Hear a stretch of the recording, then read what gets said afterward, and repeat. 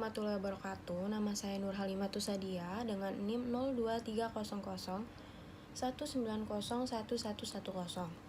Di sini saya akan menjelaskan tentang pengantar manajemen yang chapter 12, yaitu mengorganisir sekitar tim. Materi yang pertama yang ada di dalam materi ini adalah kelompok dan pengembangannya. Kelompok itu sendiri adalah dua atau lebih individu yang berinteraktif dan berinterdependen yang datang bersama untuk mencapai tujuan tertentu. Lalu kemudian ada tahap pengembangan kelompok. Tahap pengembangan kelompok sendiri ada 5, yaitu pertama adalah forming, lalu kemudian adalah storming, lalu yang ketiga adalah norming, lalu keempat adalah performing, lalu kelima adalah adjourning. Di mana tahap yang pertama, yaitu yang sering sekali disebut dengan forming, yang merupakan tahap pertama dalam pembentukan kelompok kerja, di mana para anggota mulai mempelajari tugas yang diberikan dan berkenalan dengan para anggota-anggota lainnya. Tahap forming ini dikarakteristikan oleh banyaknya ketidakpastian. Para anggota kelompok masih tidak terlalu jelas mengenai tujuan dan objektif kelompok.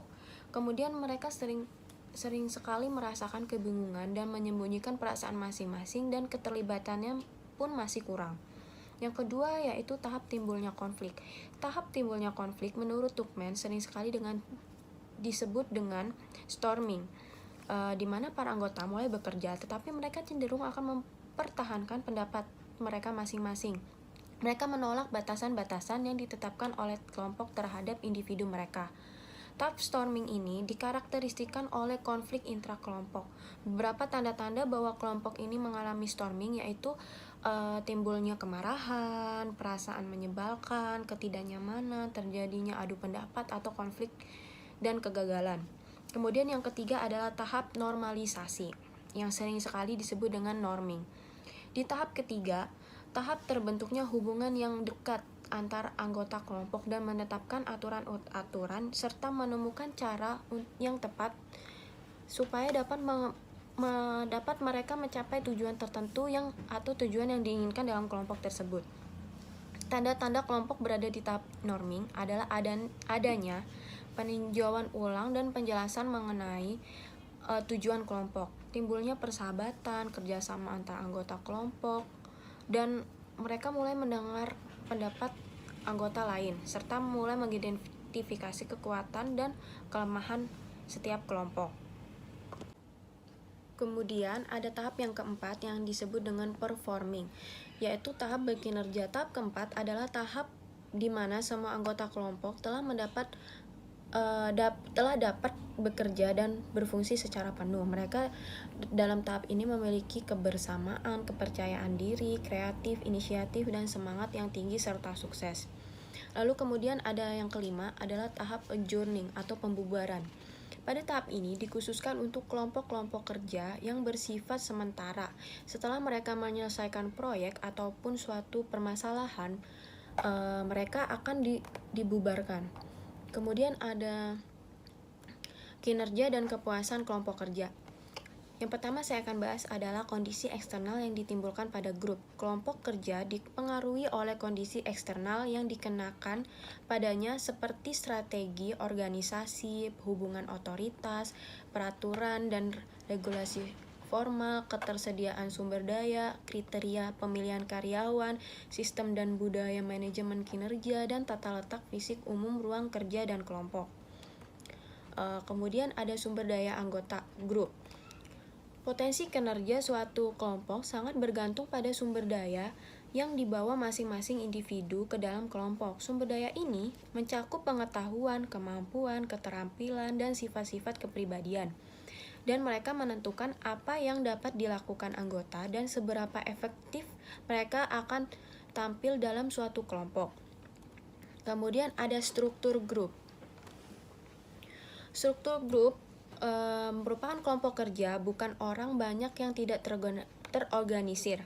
Mereka memiliki struktur internal yang membentuk perilaku anggota dan mempengaruhi kinerja kelompok.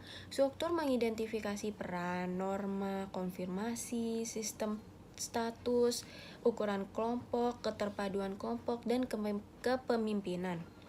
Yang pertama adalah peran. Peran adalah pola perilaku yang diharapkan dari seseorang yang menempati posisi tertentu di unit sosial.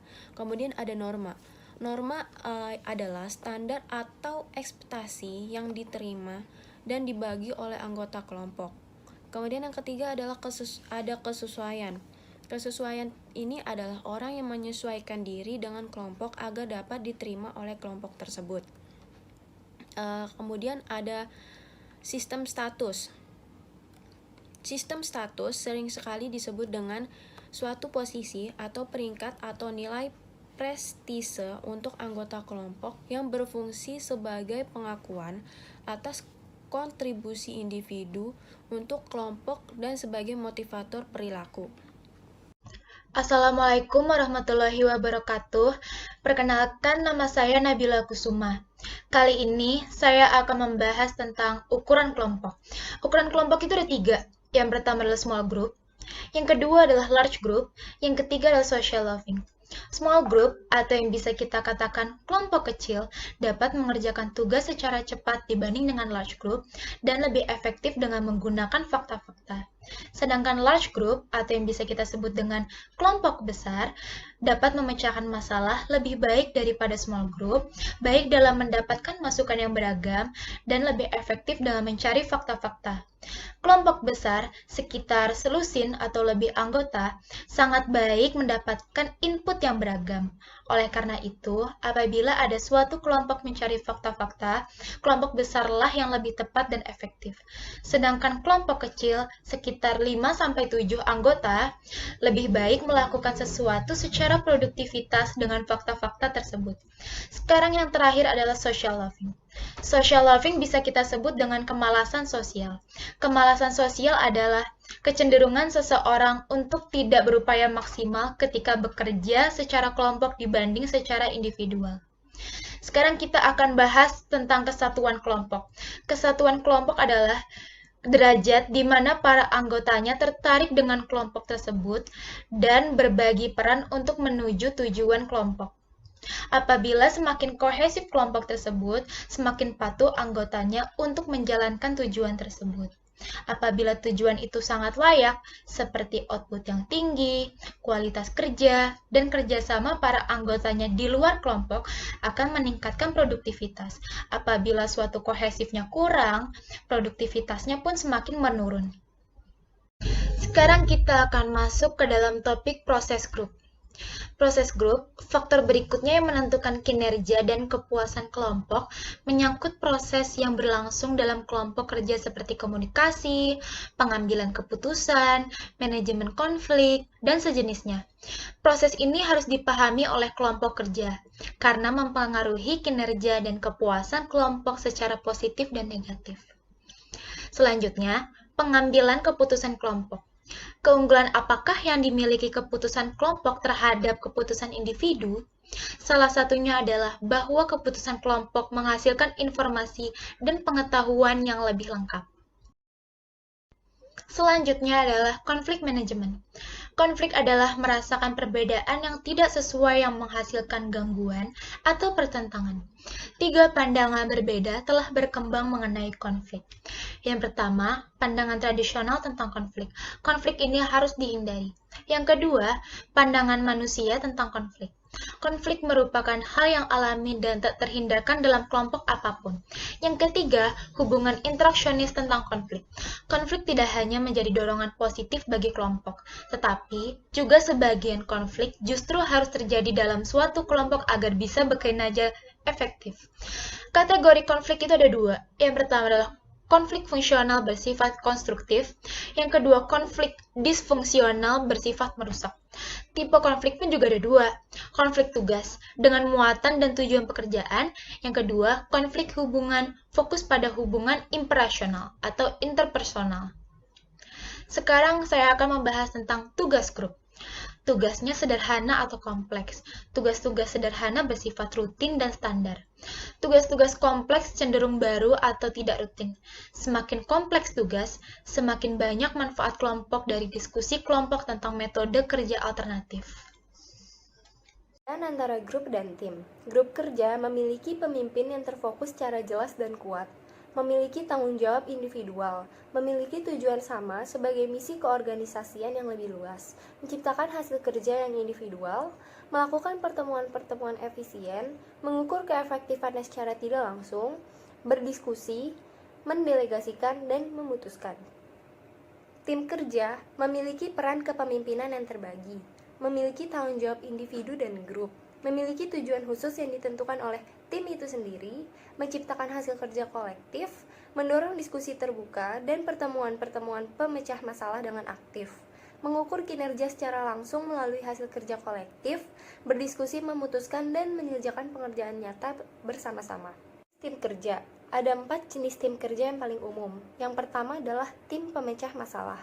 Sebuah tim yang membentuk suatu departemen atau area fungsional yang sama dalam upaya untuk meningkatkan aktivitas kerja dan untuk menyelesaikan suatu masalah yang spesifik. Yang kedua adalah tim kerja mandiri, yaitu tim kerja yang beroperasi tanpa manajer dan bertanggung jawab atas proses atau segmen kerja yang lengkap. Ini adalah tim lintas fungsi, yaitu tim yang terdiri dari individu-individu dari berbagai spesialisasi fungsional. Yang keempat adalah tim virtual, yaitu jenis tim yang menggunakan teknologi untuk menghubungkan anggota yang tersebar secara fisik untuk mencapai tujuan bersama. Membuat tim yang efektif. Yang pertama adalah sasaran yang jelas, yaitu tim berkinerja tinggi memiliki pemahaman yang jelas tentang tujuan yang akan dicapai. Adalah keterampilan yang relevan. Tim yang efektif terdiri dari individu yang kompeten yang memiliki keterampilan teknis dan interpersonal yang diperlukan untuk mencapai tujuan yang diinginkan sambil bekerja sama dengan baik. Yang ketiga adalah saling mempercayai. Tim yang efektif ditandai dengan rasa saling percaya yang tinggi di antara para anggota. Komunikasi yang disatukan. Komitmen terpadu ditandai dengan dedikasi terhadap tujuan tim dan kesediaan untuk mengeluarkan energi yang luar biasa untuk mencapainya. Keempat adalah komunikasi yang baik. Anggota menyampaikan pesan secara verbal dan nonverbal antara satu sama lain dengan mudah dan jelas dipahami. Yang kelima, keterampilan berunding. Tim yang efektif terus membuat penyesuaian untuk siapa melakukan apa. Yang keenam, kepemimpinan yang tepat. Dengan mengklarifikasi tujuan, meningkatkan kepercayaan diri anggota tim, dan membantu anggota untuk lebih sepenuhnya menyadari potensi mereka. Ini adalah dukungan internal dan eksternal. Secara internal, tim harus memiliki infrastruktur yang sehat, yang berarti pelatihan yang tepat, sistem pengukuran yang jelas, dan masuk akal yang dapat digunakan anggota tim untuk mengevaluasi kinerja mereka secara keseluruhan, program intensif yang mengakui dan menghargai kegiatan tim, dan sistem sumber daya manusia yang mendukung. Secara eksternal, manajer harus menyediakan sumber daya yang dibutuhkan tim untuk menyelesaikan pekerjaan. Lalu, tantangan kontemporer dalam mengelola tim. Mengelola tim global. Sumber daya anggota kelompok. Yang pertama yaitu keunikan karakter budaya dari anggota tim. Yang kedua yaitu menghindari ketidakpastian. Lalu struktur kelompok. Ada kerugian dan manfaat dari tim global. Kerugiannya yaitu tidak mempercayai anggota tim, tidak menyukai anggota tim, stereotype, masalah komunikasi, stres dan tekanan. Manfaatnya yaitu ide-ide lebih beragam, pemikiran kelompok terbatas, bertambahnya atensi dalam memahami gagasan, sudut pandang, dan sebagainya dari orang lain. Proses kelompok yaitu memanfaatkan keberagaman ide. Manajer dapat menyediakan lingkungan dengan kelompok di mana efisiensi dan efektivitas ditingkatkan dengan komunikasi yang sangat penting bagi peran manajer. Membangun keterampilan tim. Dalam meningkatkan keterampilan tim, manajer harus memandang peran mereka lebih dari sebagai pelatih dan mengembangkan anggota tim untuk menciptakan tim yang lebih berkomitmen, kolaboratif, dan inklusif. Lalu yang terakhir ada memahami jejaring sosial. Pentingnya jejaring sosial. Yang pertama, hubungan dapat membantu atau menghalangi efektivitas tim. Yang kedua, hubungan dapat meningkatkan hasil yang dicapai dan meningkatkan komitmen dalam tim.